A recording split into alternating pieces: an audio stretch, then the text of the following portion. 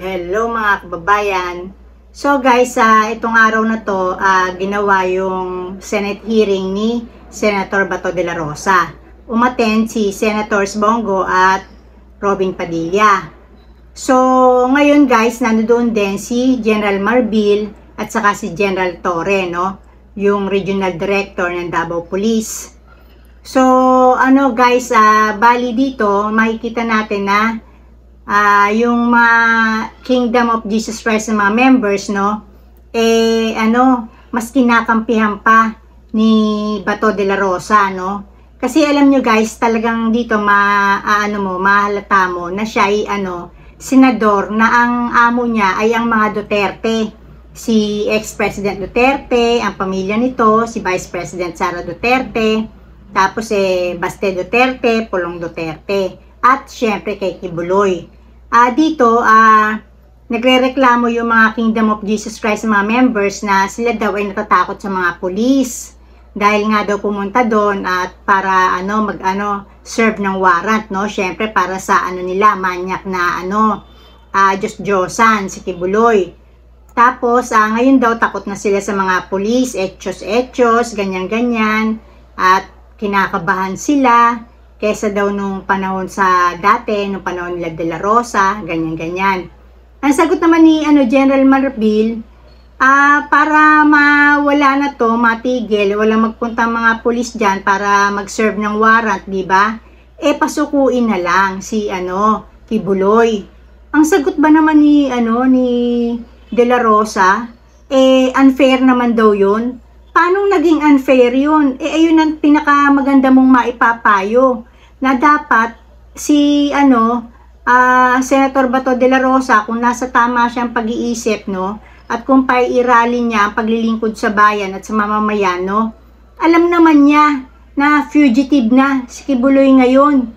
Kahit ba sabihin mo na BFF yan ng pinakaamo niya, no, na siyang tumulong para maging senador siya, walang iba kundi si ex-president Duterte, syempre. Pero alam mo na dapat yung managot sa batas.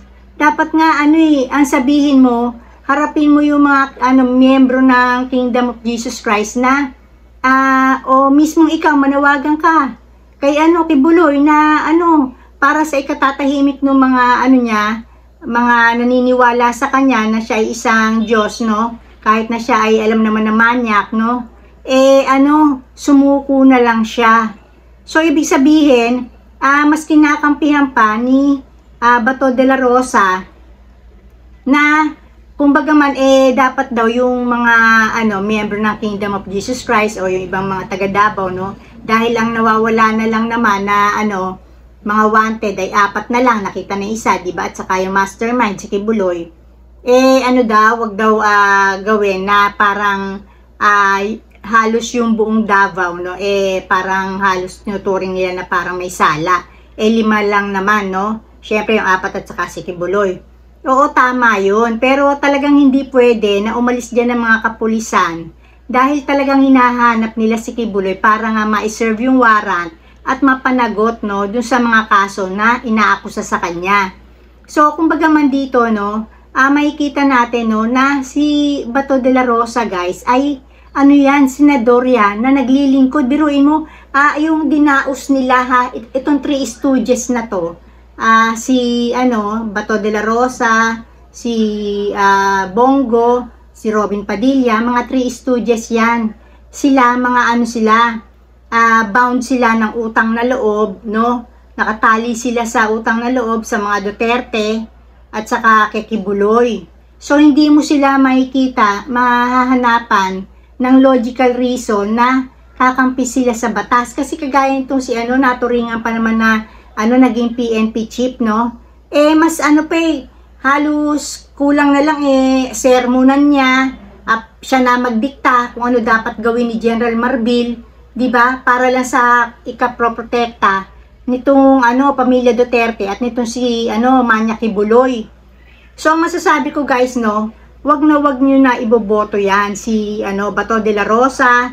Actually pati si Bongo, mga yan, tuta yan, mga nagsesenador yan para protektahan ang pamilya ng Duterte at Nikki Buloy. At syempre, hindi pa naman magtatapos ngayon ng termino ni Robin Padilla, no? Kaya pagtitiisan pa natin siya ng 4 na taon.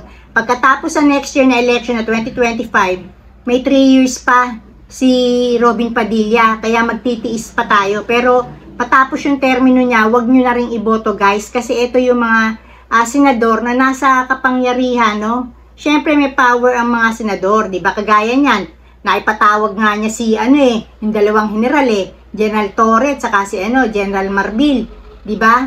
Sa Senate hearing niya. Pero ang ginagawa, ginagamit para proteksyonan yung kanilang mga tao na hindi kung sino yung tama kung saan sila nakinabang, no? Kung saan sila may amor. Parang ayun, yun ang pinaglilingkuran nila, imbis na ang taong bayan na siyang nagpapasahod sa kanila. So yun lang guys, no? Walang kwentang senador tong si Senator Bato de la Rosa. Naglilingkod to para kila Duterte at kay Buloy. So ayun lang guys, dito na lang ako, and blessings everyone. Bye!